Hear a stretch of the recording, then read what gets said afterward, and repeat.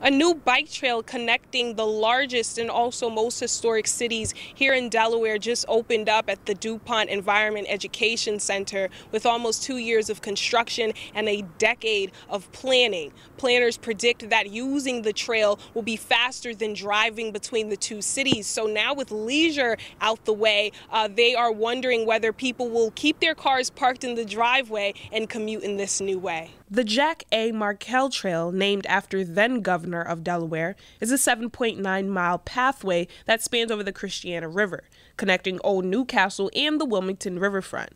With no roads or highways interrupting, the path cyclists can enjoy a safe ride between the two cities. DelDOT, Delaware Department of Transportation, was a lead partner that assisted with bringing the vision to life. This has been a project more than a decade in the making, and a project of this nature just doesn't happen overnight. A lot of planning went into it, a lot of work with our partners in the city of Wilmington, Newcastle County government, and DenRec as well. We're obviously putting a trail through an environmentally sensitive area, so wanting to make sure that we observed good construction practices to ensure that we weren't endangering any of the natural habitat here and the wildlife refuge. We obviously want the trail to become part of the refuge and not really stand out as an eyesore. Governor John Carney says a cool attraction like this is what Delaware needs to compete with larger cities, where commuting to work using a bike is not unusual.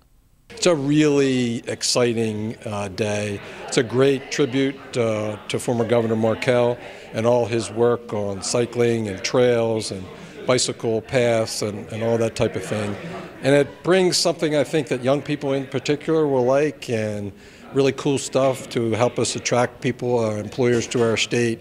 So it's good for the economy, it's good for people and their health and wellness, and it's good for the environment. Their goal is to have less cars on the road and more cyclists on the path. Many are wondering, could this be the answer for commuters? Bike Life Executive Director James Wilson says yes. I stood here on this balcony a few weeks ago when the project was almost done, but there was the bridge had about a 6-foot gap, and there was still a chain link fence, and a guy came up the trail and put his bike on his shoulder and tiptoed across the structural elements with a 30 or 40-foot drop, and then somehow managed to climb the chain link fence with his bicycle.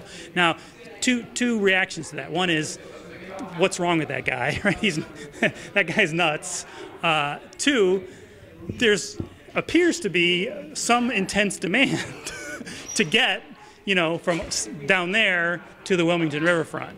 We hope that this will be used we know this will be used for recreation, right? This is an amazing recreational asset, and that's one of the cool things about this, right? It's simultaneously a recreation and a transportation asset. Whether Delaware plans to build another large-scale path in the future depends on how many people opt to use it. So with the new trail in place, transportation planners can now begin to gauge that.